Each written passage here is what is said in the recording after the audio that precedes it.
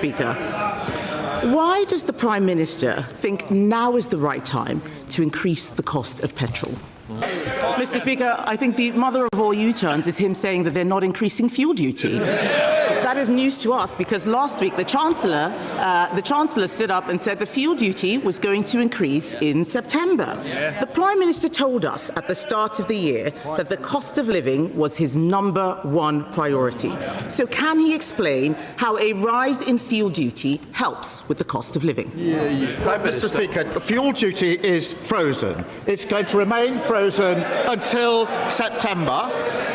PMQ's breakdown. Starmer refuses to answer Kemi Badenoch's bombshell question 4 times, and the Labour Party is starting to crack. Right then, welcome back to British Energy, the channel where we cut through the noise, strip away the spin, and give you British politics served straight, no chaser.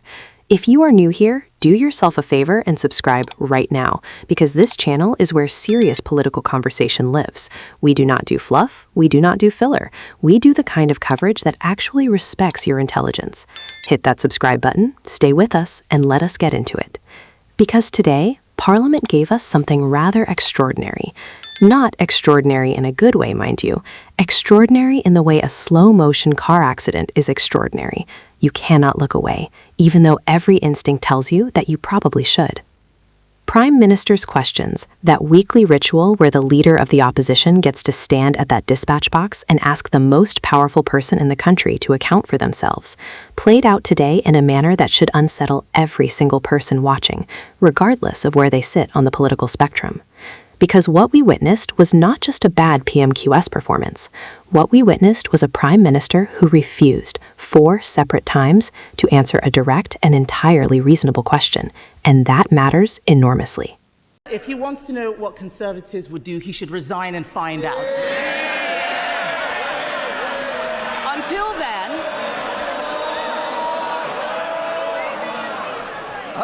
I'll decide when there's more. Mr. Speaker, until then, I'm the one asking the questions. There's a petition out there, 2 million people asking him to go. He's the one who doesn't know.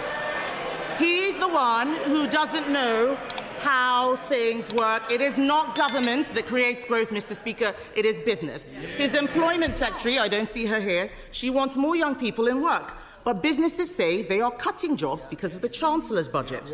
His Deputy Prime Minister, she is not here. Her employment rights bill will stop businesses hiring. That's what they say. The CBI, Let us set the scene properly, because context is everything in politics, and we owe it to ourselves to understand exactly what was at stake today. Last week, the government released documents relating to Lord Peter Mandelson, the man Sir Keir Starmer personally appointed as British ambassador to Washington. These documents, what the press have taken to calling the Mandelson files, were released immediately after Prime Minister's questions had concluded. That timing was not accidental. In Westminster, nothing is ever accidental. Releasing sensitive documents in the window after PMQS means the Prime Minister avoids having to face questions about them on the floor of the House. It is a maneuver as old as politics itself, and it is one that the current leader of the opposition, Kemi Badenoch, was not prepared to let slide. So today, she walked to that dispatch box, and she asked the question that the government had been hoping to avoid. Simply and directly she asked, did the Prime Minister personally speak to Peter Mandelson about his relationship with the convicted pedophile Jeffrey Epstein before appointing him as Britain's ambassador to Washington? That is not a trick question. That is not an ambush. That is the kind of question any reasonable member of the public would want answered. Lord Mandelson is a close personal friend of Jeffrey Epstein. He has been appointed to one of the most prestigious diplomatic posts in the British government, and the Prime Minister, before making that appointment, either spoke to him about it or he did not. The answer is binary, yet Sir Keir Starmer refused to give it. Not once, not twice, not 3 times. 4 times he stood at that dispatch box and declined to answer the question directly. Now, let us be fair and precise here, because this channel believes in accuracy. The Prime Minister did speak. He said the government was complying with requests to release the files. He referred to the independent advisor. He said that Lord Mandelson had lied in response to questions, though he was frustratingly vague about who had asked those questions, whether it was himself or his advisors. At one point, he pivoted to talking about religious events in Trafalgar Square. On another occasion, he took aim at Mrs. Badenoch over her position on the war in Iran. What he did not do, at any point, under any circumstances, in any of his 4 responses, was answer the actual question. The Speaker of the House of Commons, Sir Lindsay Hoyle, a man not known for inserting himself unnecessarily into exchanges, rebuked the Prime Minister directly for failing to answer. When the Speaker steps in to tell the Prime Minister to actually respond to the Leader of the Opposition, that is not a procedural footnote. That is a significant moment. That tells you something about the severity of the evasion taking place. And if you are still with us, good, because this is where it gets even more interesting. Stay with British Energy. Do not go anywhere, because what follows is the part of this story that the mainstream coverage tends to gloss over. Kemi Badenoch was not rattled. She was measured, she was persistent, and she landed what may well be remembered as the line of the week. Referencing comments made the previous evening by former Deputy Prime Minister Angela Rayner, Mrs. Badenoch turned to the dispatch box and said, quite calmly, "She and I both agree that this weak man needs to be replaced by a strong woman." The chamber reacted. You can argue about the political theater of it, and some certainly will, but you cannot deny its effectiveness. She used Rayner's own words as a weapon, and she wielded them with precision. Which brings us to Angela Rayner, because the story today is not just about PMQs, it is about the fractures appearing inside the Labour Party itself, and those fractures are becoming increasingly difficult to paper over with optimistic language and carefully worded press releases.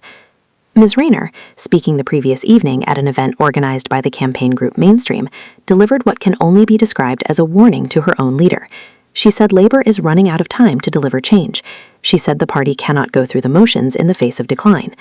Most strikingly of all, she said Labour has come to be seen as representing the establishment, not working people, and she called plainly and openly for a change of course. Now, this is not a junior backbencher venting frustrations to a local constituency meeting. This is a former Deputy Prime Minister. This is a woman who was, until relatively recently, one of the most senior figures in the government. When someone of that standing stands up and says publicly that the clock is ticking, the political class listens, and so should we. And she is not alone. Andy Burnham, the Mayor of Manchester, one of the most recognizable Labour figures outside of Westminster, was asked on BBC Radio 4's Today programme whether he agreed with Rayner's assessment that time is running out. He said with rather conspicuous honesty that he certainly knew where she was coming from. He spoke of frustrations, of needing to pull together a plan that turns the country around. He noted that the signs are becoming really clear that there is a higher ambition, particularly for the north of England. That is the language of someone positioning himself for something. Whether that something is a leadership challenge, a broader shift in Labour's internal dynamics, or simply a desire to apply pressure from outside Westminster, only time will tell. But when the Mayor of Manchester publicly validates a warning from a former Deputy Prime Minister, you are no longer looking at a minor internal disagreement. You are looking at something more substantial.